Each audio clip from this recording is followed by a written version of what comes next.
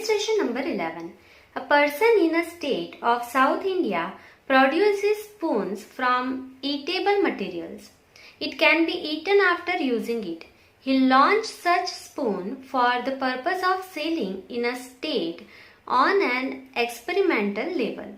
The following results are obtained for the average price in rupees and its demand in 100 units for the last 6 months. N is equals to 6, summation of x is equals to 45, summation of y is equals to 122, summation of x square is equals to 439, summation of xy is equals to 605. Obtain the regression line of the demand y of spoon on the price x and estimate the demand of spoons when the price of a spoon is ₹10. सो यहाँ पे हमें regression line सबसे पहले find करनी है, उसके बाद हमें एस्टिमेट करना है कि अगर x जो है हमारा वो 10 है तो y की वैल्यू कितनी होगी. क्लियर? तो यहाँ पे जो डेटा दिया है n is equals to 6, submission of x, submission of y, ये जो भी डेटा दिया है वो लिख लेंगे एंड शुरू करेंगे इलिस्ट्रेशन नंबर 11.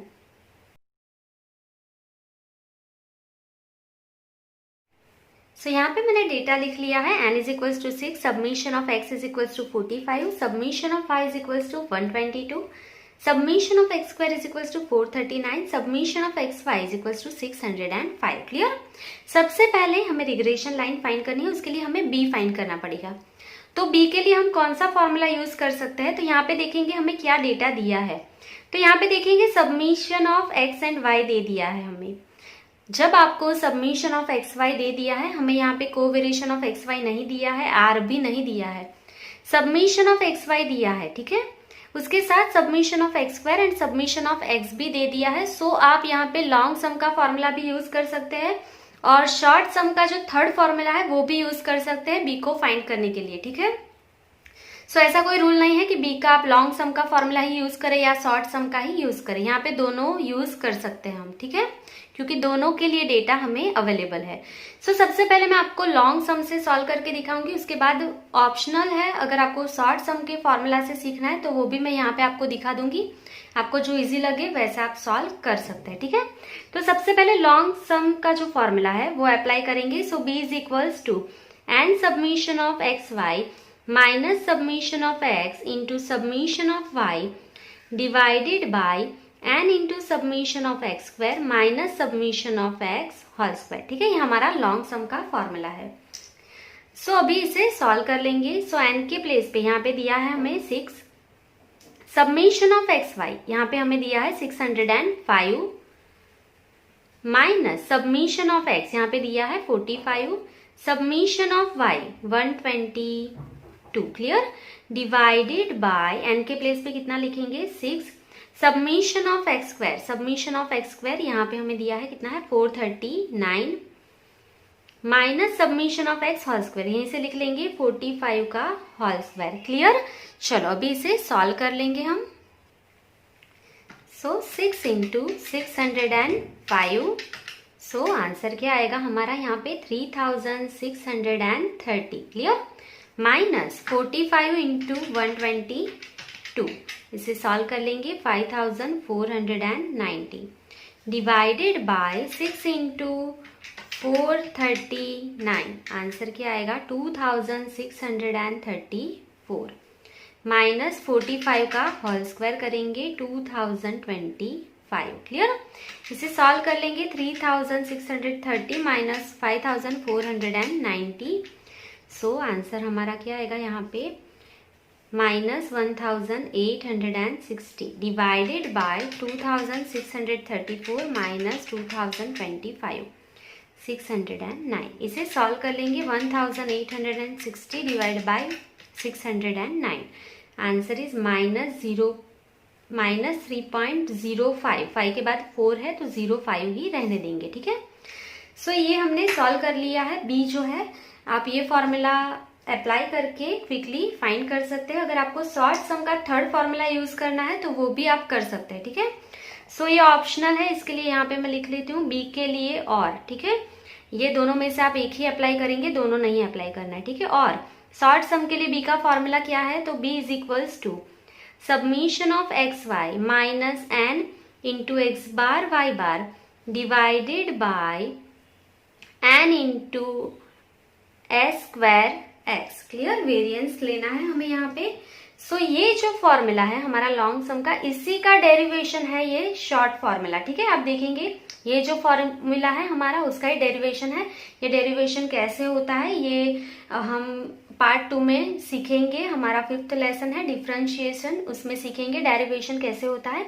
अभी के लिए मैं आपको इतना लॉन्ग डीप में नहीं एक्सप्लेन करूंगी सारे फॉर्मूला का डेरिवेशन। ये हम अभी एक्सेप्ट कर लेंगे कि ये जो फॉर्मूला है इसका डेरिवेशन यही होगा। ठीक है, चलो तो सिंपली अभी इसे सॉल्व करके देख लेंगे यहाँ पे। सो सबमिशन ऑफ एक्स वाई, यहाँ पे हमें दिया है 605। ठीक है, यहाँ पे मैं लिख रही हूँ 605 माइनस एन के प्लेस पे क्या अप्लाई करेंगे 6 है। ठीक है, एक्स बार वाई बार जो है उसकी वैल्यू अभी हमारे पास यहाँ पे नहीं है, सो हमें फाइंड करनी पड़ेगी।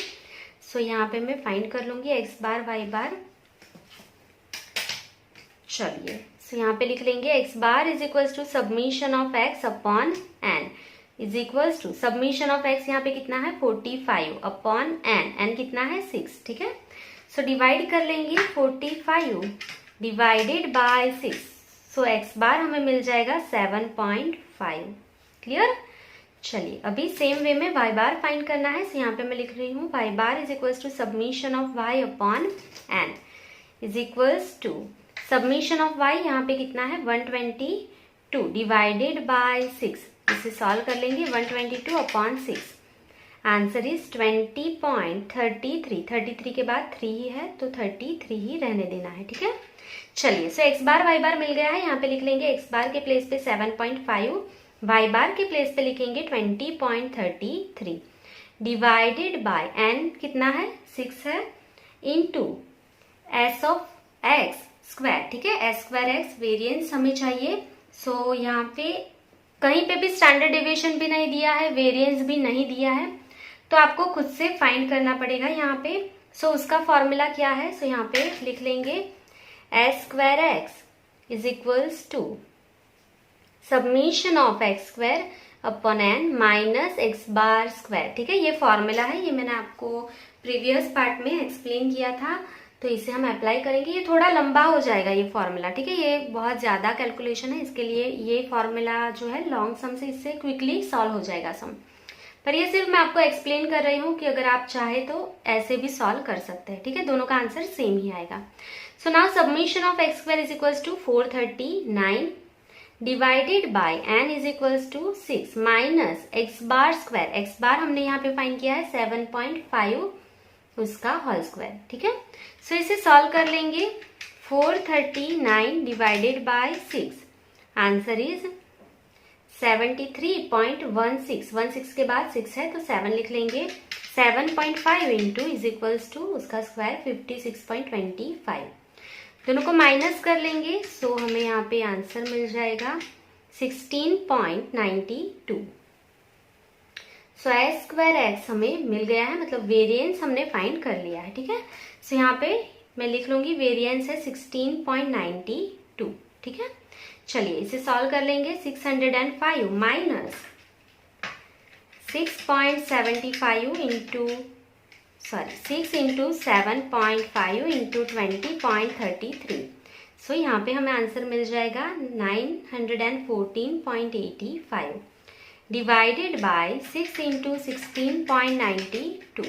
सो आंसर इज 101.52। इसे सॉल्व कर लेंगे। 605 माइनस 914.85 डिवाइड बाय 101.52। सो यहाँ पे आप देख सकते हैं आंसर हमें मिल गया है -3.05। 05 के बाद 2 है, सो एक ऐड नहीं करना है। सो आंसर इज -3.05। क्लियर। सो ये जो है यहाँ से लेके ये सारा ये ऑप्शनल है, अगर आप ये कैलकुलेशन कर रहे हैं तो आप ये सारा नहीं दिखाएंगे। क्लियर। चलिए तो यहाँ पे हमारा फर्स्ट स्टेप जो था वो कंप्लीट हो गया है, बी की वैल्यू हमें मिल गई है। क्लियर। चलो अभी हमें क्या फाइंड करना है, ए फाइंड करना है। So now a is equals to, यहाँ से आप ये दोनों में से कोई भी कैलकुलेट करेंगे, ये स्टेप यहाँ से कंपलसरी है। ठीक है। A is equals to Y bar minus B X bar. Clear. चलिए सो हमें y बार चाहिए। देखिए अगर आपने ये कैलकुलेट किया है तो x बार एंड y बार आपको कैलकुलेट कर लेना है। ठीक है, ये आपको चाहिए ही, ये आप यहाँ पे कैलकुलेट कर सकते हैं साइड में, ठीक है। एक्स बार एंड वाई बार मैंने यहाँ पे कैलकुलेट किया है, तो मैं वापस से यहाँ पे कैलकुलेट नहीं करूंगी, ये दोनों आपको लिख लेना है, क्लियर। चलो, so now y bar is equals to 20.33, b के प्लेस पे क्या लिखेंगे, -3.05, एंड एक्स बार जो है वो कितना है यहाँ पे 7.5, क्लियर। इसे सॉल्व कर लेंगे, 20.33 माइनस माइनस प्लस हो जाएगा, 3.05 इंटू 7.5, आंसर इज 22.875। ऐड कर लेंगे दोनों को, सो आंसर इज 43.20, 20 के बाद 5 है तो हम एक ऐड कर लेंगे, 20 की जगह पे 21 लिखेंगे, क्लियर। चलो, सो यहाँ पे हमें ए मिल गया है। अभी आपको क्या करना है, यहाँ पे रिग्रेशन लाइन फाइंड करनी है। सो यहाँ पे हम लिख लेंगे द रिग्रेशन लाइन ऑफ y on x is y cap is equals to a plus bx, ठीक है, ये हमारी रिग्रेशन लाइन है। सो एक ही वैल्यू यहाँ पे हमने फाइंड कर ली है 43.21, प्लस b जो है वो क्या है हमारा -3.05x, क्लियर, ये हमारी रिग्रेशन लाइन है, clear.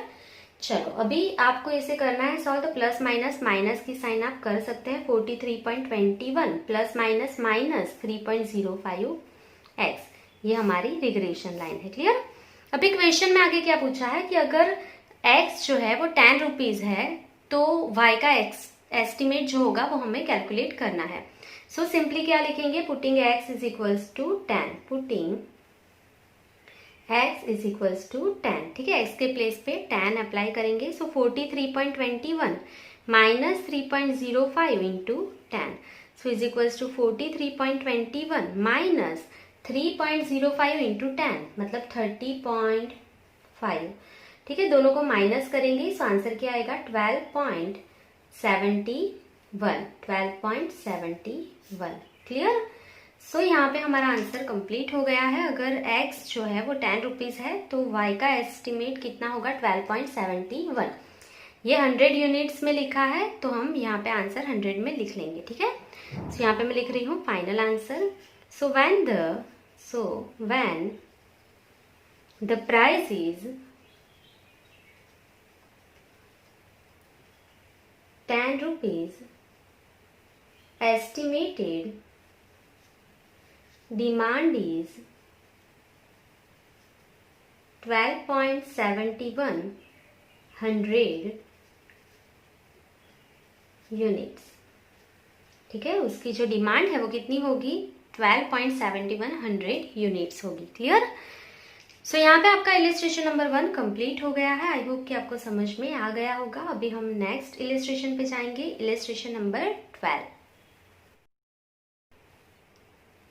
The electricity is generated by windmill manufactured by a company. The following information is obtained by recording 5 observations regarding the velocity of wind kilometer per hour and generation of electricity in watts by unit of the company. Velocity of wind x kilometer per hour, electricity generation y watts. X bar is equals to 20, y bar is equals to 186. Submission of xy is equals to 23,200, s square x is equals to 50. Obtain the regression line of electricity generation y on velocity of wind x. Estimate the electricity generation if the velocity of wind is 25 km per hour. अगर आपका x जो है वो 25 kilometre है तो y कितना होगा ये एस्टिमेट हमें करना है। सो यहाँ पे हमें x bar y bar submission of x why they दिया है, s स्क्वायर x भी दे दिया है, ठीक है। तो शुरू करेंगे इलिस्ट्रेशन नंबर 12। सो यहाँ पे मैंने लिख लिया है x bar is equals to 20, y bar is equals to 186, submission of x y is equals to 23,200 and s square x is equals to 50। अभी हमें देखना है b के लिए कौन सा फॉर्मूला अप्लाई होगा। तो obviously submission of x y दिया है, s स्क्वायर x दिया है, सो इस शॉर्ट सम का फॉर्मूला ही यूज होगा, क्योंकि लॉन्ग सम जो है उसके फॉर्मूला में कहीं पे भी वेरिएंस नहीं आता है, ठीक है, एस स्क्वायर एक्स कहीं पे भी लॉन्ग सम में नहीं यूज होता है। सो अभी शॉर्ट सम के दो ही फॉर्मूला है, जब आर दिया हो और आर नहीं दिया हो तब। तो यहाँ पे आर नहीं दिया है, सो सबमिशन ऑफ एक्स वाई दिया है, सो थर्ड फॉर्मूला यूज होगा बी का, ये आपको पता चल जाना चाहिए, ठीक है। सो थर्ड फॉर्मूला अभी जो हमने प्रीवियस सम में लिखा था वही यहाँ पे यूज होगा, सो वो लिख लेंगे।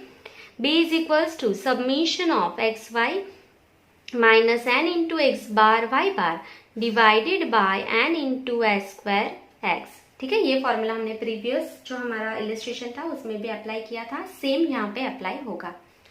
सो now submission of x y is equals to 23,200 minus n के प्लेस पे क्या लिखेंगे, सो क्वेश्चन रीड कर लेंगे। क्वेश्चन में दिया होगा एन कितना है वो। So the electricity is generated by windmill manufactured by a company. The following information is obtained by recording 5 observation. ठीक है, यहाँ पे दिया है 5 observation को रिकॉर्ड किया है, so यहाँ पे हम लिख लेंगे n is equals to 5, ठीक है, n 5 है। so यहाँ पे लिख लेंगे 5, x बार जो है हमें दे दिया है 20, y बार हमें दे दिया है 186, डिवाइडेड बाय n के प्लेस पे 5 and s square x variance हमें दे दिया है 50। सिंपली इसे सॉल्व कर लेंगे। 23,200 minus 5 into 20 into 186, answer is 18,600 divided by 5 into 50 is 250। ये दोनों को माइनस कर लेंगे, सो आंसर क्या आएगा हमारा 4600 डिवाइडेड बाय 250। इसे सॉल्व कर लेंगे, so answer is 18.4। So b जो है उसकी वैल्यू हमें यहाँ पे मिल गई है 18.4। क्लियर। चलिए हमारा फर्स्ट स्टेप कंप्लीट हो गया है, अभी हमें सेकंड स्टेप फाइंड करना है। A is equals to Y bar minus B X bar. Clear.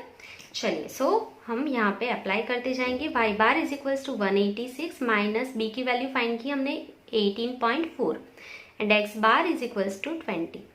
इसे सॉल्व कर लेंगे। 18.4 मल्टीप्लाई बाय 20, आंसर इज 368। ठीक है, माइनस कर लेंगे 186 माइनस 368, आंसर इज माइनस 182। सो यहाँ पे हमें ए की वैल्यू भी मिल गई है। ठीक है, अभी हमें क्या करना है, रिग्रेशन लाइन फाइंड करनी है सबसे पहले। उसके बाद अगर x 25 किलोमीटर है तब y का एस्टिमेशन करना है। ठीक है, सो यहाँ पे हम लिख लेंगे रिग्रेशन लाइन ऑफ y on x।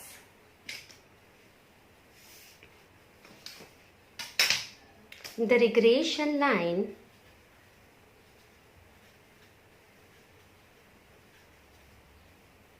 of y on x is y cap is equals to a plus b x। Clear.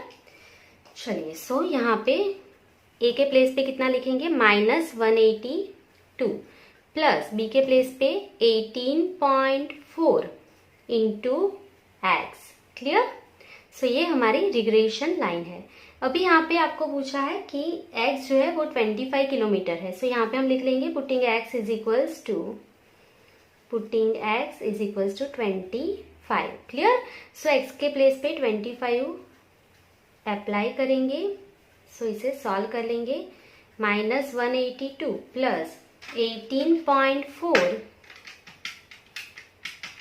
Into 25, answer is 460। इसे सॉल्व कर लेंगे। 182 माइनस प्लस 460, आंसर इज 278। ठीक है, सो अगर आपका x जो है वो 25 किलोमीटर है तो y जो है वो कितना है, 278। ठीक है, सो यहाँ पे हम फाइनल आंसर लिख लेंगे। So when the velocity of wind is 25 kilometer per hour, estimated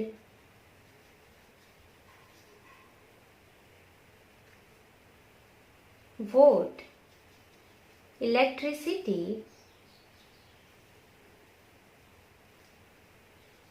generated is 278। Clear. सो जो इलेक्ट्रिसिटी यहाँ पे जनरेट होगी वो कितनी होगी, यहाँ पे वोट लिख लेंगे। The estimated electricity generated is 278 watts. Clear. So यहाँ पे आपका इलिस्ट्रेशन नंबर 12 कंप्लीट हो गया है। आई होप कि आपको समझ में आ गया होगा। अगर आपको कोई भी डाउट्स है तो आप कमेंट सेक्शन में कमेंट कर सकते हैं। होमवर्क आप डेली करते रहिए। Thank you.